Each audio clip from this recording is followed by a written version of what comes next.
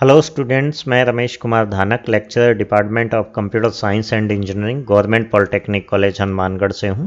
GPC Hanumangarh के इस YouTube channel पर आपका हार्दिक स्वागत है। Please subscribe our channel GPC Hanumangarh for more videos. जैसा कि हमने पिछले लेक्चर में पढ़ा था कि स्ट्रक्चर और पॉइंटर कैसे यूज करते हैं। हम एक स्ट्रक्चर मैंने क्रिएट किया था, उसका पॉइंटर टाइप का वेरिएबल क्रिएट करते हुए एक नॉर्मल स्ट्रक्चर वेरिएबल का एड्रेस हम पॉइंटर टाइप के वेरिएबल में पास करते हुए उसके डेटा मेंबर्स को एक्सेस किया था और एग्जाम्पल भी देखा था और एक प्रोग्राम भी हमने बनाया था जो कि structure and pointer, structure to pointer को रिप्रेजेंट करता हो। आज इस लेक्चर में हम पढ़ेंगे enumerated data types, typedef और उनके प्रोग्राम। चलिए स्टार्ट करते हैं न्यूमरेटेड डेटा टाइप से। In C programming language enumeration is used to create a user defined data type. Using enumeration, integral constant are assigned with the name and we use these name in a program. हम यूं कह सकते हैं कि न्यूमरेटेड data type है वो एक data type को हम अपने अकॉर्डिंग कस्टमाइज कर सकते हैं। कोई भी डेटा टाइप्स है, नाम याद रखने की बजाय उसको एक इंटीग्रल कांस्टेंट दे दिया जाता है। जैसा कि हम देख पा रहे हैं कि enumeration is a process to create user defined data type by assigning name to the integral constant. एक इंटीग्रल कांस्टेंट है वो उस डेटा टाइप के नेम को दे दिया जाता है, भले ही वो इंटीग्रल कांस्टेंट के थ्रू एक्सेस किया जाए या फिर उसके नेम के थ्रू एक्सेस किया जाए। ये उसी तरह से है। फॉर एग्जांपल हम मान लेते हैं कि एक स्टूडेंट की क्लास है, उस क्लास में प्रत्येक स्टूडेंट को जिस तरह से एक रोल नंबर असाइन किया जाता है उसी तरह से हम न्यूमरेशन डेटा टाइप को हम इंटीग्रल कांस्टेंट असाइन करते हैं। इसको यूज करने के लिए enum कांस्टेंट हमें यूज करना पड़ता है और जनरल सिंटैक्स है कि enum ब्रैकेट्स में जितने भी आपको नेम को इंटीग्रल असाइन करने हैं उतने आप डेटा टाइप्स यहाँ पे लिख सकते हैं और बाद में ब्रैकेट बंद करते हुए सेमीकोलन लगा सकते हैं। फॉर एग्जाम्पल कि मैंने यहाँ पे एक enum डेटा टाइप जिसमें नेम 1, नेम 2, नेम 3 डिफाइन किया गया है। जो पहला नेम 1 है उसको कांस्टेंट असाइन होगा 0, हमेशा 0 से स्टार्ट होता है। नेम 2 है उसको 1 इंटीग्रल कांस्टेंट असाइन होगा। नेम 3 है उसको इंटीग्रल कांस्टेंट 2 असाइन होगा। इस तरह से जितने वेरिएबल होंगे उनको 0 से स्टार्ट करते हुए उनको न्यूमरल इंटीग्रल कांस्टेंट असाइन कर दिए जाते हैं। इनको हम कस्टमाइज भी कर सकते हैं। 0 से ना स्टार्ट करते हुए मान लिया जाए मुझे 10 से स्टार्ट करना है तो नेम 1 में 10 डाल सकता हूं। नेम 2 को मैं इंटीग्रल असाइन कर सकता हूं 30, नेम 3 को 15। इसी तरह से हम प्रत्येक डेटा टाइप के नेम को मैं अपने अकॉर्डिंग कस्टमाइज कर सकता हूं, उनको कांस्टेंट इंटीग्रल दे सकता हूं। अगर मैंने यहाँ पे नेम 1 में केवल 10 दिया और नेम 2 में कुछ नहीं दिया, नेम 3 में भी कुछ नहीं दिया, तो ऑटोमेटिकली नेम 2 है वो 10 के आगे वाला इंटीग्रल पिक कर लेगा।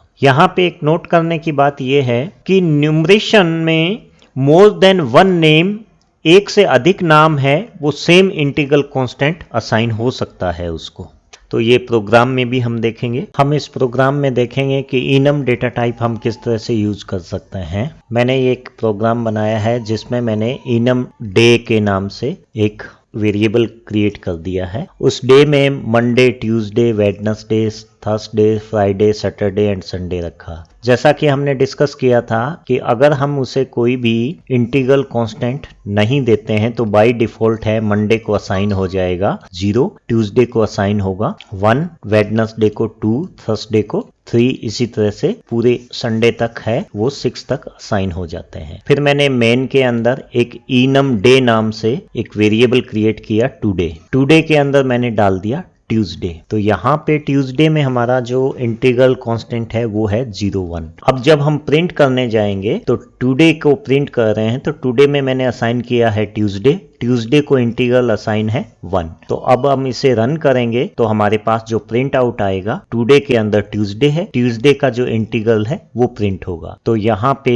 ये हमारी आउटपुट स्क्रीन है और स्टैक के अंदर टुडे नाम का एक वेरिएबल क्रिएट किया है, उसमें हमारी ट्यूसडे की वैल्यू स्टोर होगी। चलिए इसे एग्जीक्यूट करके हम देखते हैं। सबसे पहले जो कंट्रोल है वो 2 नंबर लाइन यानी इंट मेन पे है। जैसे ही मैं नेक्स्ट करूंगा तो टुडे के अंदर मैंने ट्यूसडे डाला है, ट्यूसडे जैसे ही नेक्स्ट करेंगे तो टुडे के अंदर 1 हमारा सेव हो जाएगा, क्योंकि इसको असाइन ट्यूसडे को 1 है और ये हमारा आउटपुट स्क्रीन पे टुडे के अंदर 1 नंबर प्रिंट हो जाएगा। अगर मैं इंटीग्रल चेंज करता हूं, फॉर एग्जाम्पल कि मंडे को मैं 10 असाइन कर देता हूं तो ट्यूसडे 11 हो जाएगा, वेडनेसडे 12 हो जाएगा, थर्सडे 13 हो जाएगा, सो ऑन, इसी तरह से ऑटोमेटिकली असाइन हो जाएंगे। अब मैंने इस प्रोग्राम में मंडे की वैल्यू चेंज कर दी है, मंडे इक्वल टू 10 कर दिया है। तो हमने टुडे में ट्यूसडे सेव किया है तो इसमें ऑटोमेटिकली 11 कंसीडर हो जाएगा। एग्जीक्यूट करके हम देखते हैं कि जैसे ही टुडे के अंदर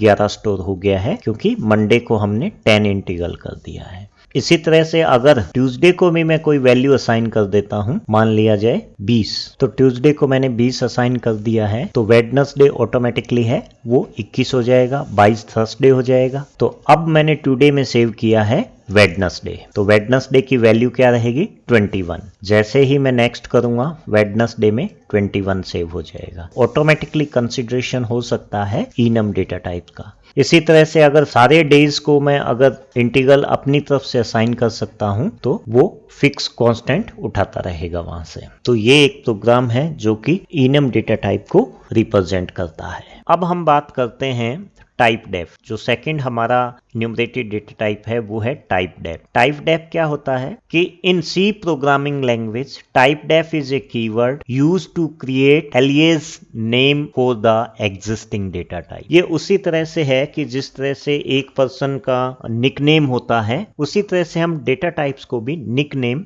दे सकते हैं, एलियस नेम दे सकते हैं। जैसे कि किसी पर्सन का नाम महेश है, उसको घर पे कुछ और नाम से पुकारते हैं, तो वो जो उसका पेट नेम है वो हमारा टाइप डेफ है। इसी तरह से डेटा को भी हम पेट नेम दे सकते हैं। Using typedef keyword we can create a temporary name to the system defined data type. जो इंटीजर, फ्लोट, कैरेक्टर, डबल जितने भी डेटा टाइप हैं उन सभी को हम एक टेम्परेरी नेम दे सकते हैं और उसी नेम से हम उस प्रोग्राम में पूरे में यूज कर सकते हैं। जनरल सिंटैक्स ये है कि typedef existing data type int है, इंट को मैंने नाम देना चाह रहा हूं तो यहाँ पे कोई नाम दे दिया, जैसे इंट को मैंने नाम दे दिया रमेश, तो जब भी रमेश लिखूंगा वो इंटीजर माना जाएगा। जैसे कि प्रिमिटिव डेटा टाइप्स के साथ हम अगर टाइप डेफ यूज करें कि इंटीजर को मैंने नाम दे दिया नंबर, जब भी हम प्रोग्राम में इंटीजर डेटा टाइप को डिक्लेयर करना होगा, 3 वेरिएबल अगर मुझे डिक्लेयर करने हैं इंटीजर टाइप के, तो number ABC automatically typedef है। नंबर क्या है? इंटीजर है, तो ये ABC इंटीजर डेटा टाइप्स हैं। टाइप डेफ को हम एरे के साथ भी यूज कर सकते हैं। In C programming language typedef is also used with the array. हम ये एक एग्जांपल लेते हैं कि मैंने एक प्रोग्राम बनाया, इसमें टाइप डेफ लिखा, इंटीजर टाइप का एरे 5। एरे 5 का मतलब है कि जहां भी मैं एरे 5 लिखूंगा इट मीन्स 5 इंटीजर मुझे बनाना है। तो ये इंटीजर की जगह रिप्लेस हो गया हमारा एरे। तो एरे लिस्ट जो है हमारी, एरे इंटीजर की जगह है, लिस्ट हमारा वेरिएबल नेम है एरे का, और ये 5 वेरिएबल है उसमें मैंने डाल दिया है। अब जब भी कभी भी इस एरे को मुझे एक्सेस करना है तो एरे का जो टाइप है इंटीजर वो कैपिटल ARRAY से आइडेंटिफाई हो रहा है, और लिस्ट है वो एरे वेरिएबल है, इसीलिए यहाँ पे फॉर लूप में मैंने लिस्ट आई को प्रिंट करवाया है, तो ये इंटीजर टाइप का एरे ही एक्सेस होता है। तो टाइप डेफ को हम एरे के साथ भी यूज कर सकते हैं। हम टाइप डेफ को पॉइंटर के साथ भी यूज कर सकते हैं। फॉर एग्जांपल कि मैंने यहाँ पे एक टाइप डेफ एक इंटीजर टाइप का पॉइंटर बना दिया, इंट पॉइंटर, नया नाम दे दिया इंट पॉइंटर। अब जहां पे भी इंट पॉइंटर इंडिकेट होगा वो सारे के सारे इंटीजर टाइप के पॉइंटर होंगे। तो इस डेटा टाइप का नया नाम क्या है? Int pointer. इसीलिए मैंने इंट पॉइंटर टाइप का एक ptr वेरिएबल डिक्लेयर कर लिया और एक a वेरिएबल डिक्लेयर किया है जिसमें मैंने 10 डाल दिया, और ptr में मैंने एड्रेस ऑफ a डाला है और ptr को यहाँ पे प्रिंट किया है। तो कुल मिला के ये है कि टाइप डेफ से हम इंटीजर को नया नाम दे दिया इंट पॉइंटर। तो टाइप डेफ हम पॉइंटर के साथ भी यूज कर सकते हैं। टाइप डेफ को हम स्ट्रक्चर के साथ भी यूज कर सकते हैं। फॉर एग्जांपल यहाँ पे आप देख पा रहे हैं कि एक प्रोग्राम है जिसमें मैंने टाइप डेफ स्ट्रक्ट स्टूडेंट के नाम का एक स्ट्रक्चर बनाया मैंने, और टाइप डेफ लिखा है तो उसमें मैंने 2 वेरिएबल डिक्लेयर कर दिए और std स्टूडेंट नाम का टाइप डेफ बना दिया मैंने उसका। इट मीन स्ट्रक्ट स्टूडेंट की बजाय std अगर यूज करूंगा तो वो ऑटोमेटिकली स्ट्रक्ट स्टूडेंट बन जाएगा। अगर टाइप डेफ यूज नहीं करूं और मुझे स्टूडेंट स्ट्रक्चर का एक वेरिएबल डिक्लेयर करना हो तो मुझे पूरा लिखना पड़ेगा कि स्ट्रक्ट स्टूडेंट S1 मैं वेरिएबल नेम मान लेता हूं। इस स्ट्रक्ट स्टूडेंट की जगह रिप्लेस कर दिया, टाइप डेफ कर दिया std स्टड को। अब मुझे जब भी वेरिएबल डिक्लेयर करना होगा स्ट्रक्चर टाइप का स्टड S1 तो वो ऑटोमेटिकली टाइप डेफ की श्रेणी में आ जाता है। तो इस तरह से हम टाइप डेफ को भी यूज कर सकते हैं। तो स्टूडेंट्स, इस लेक्चर में हमने पढ़ा न्यूमरेटेड डेटा टाइप्स क्या है, टाइप डेफ किस तरह से हम different type of primitive datas या एरे या पॉइंटर या स्ट्रक्चर के साथ कैसे यूज करेंगे हम। अगले लेक्चर में हम पढ़ेंगे एडवांस टॉपिक ऑफ सी और कुछ असाइनमेंट्स और प्रोग्राम्स भी पढ़ेंगे। क्योंकि लगभग इस सब्जेक्ट का सिलेबस है वो कंप्लीट हो चुका है, तो कुछ एडवांस टॉपिक ऑफ सी हम पढ़ेंगे जैसे file handling, variable scopes, storage classes, तो ये चीजें हम पढ़ेंगे। उसके बाद हम असाइनमेंट्स भी करेंगे और हम प्रोग्राम्स प्रैक्टिकल ई प्रैक्टिकल करेंगे, जिसमें कि हम जो क्लास में प्रैक्टिकल फॉर्म में हम करते हैं पीसी, वो सारा का सारा एक्सरसाइज हम नेक्स्ट लेक्चर्स में करेंगे। Thank you very much for watching this video. Please subscribe our channel GPC Hanumangarh.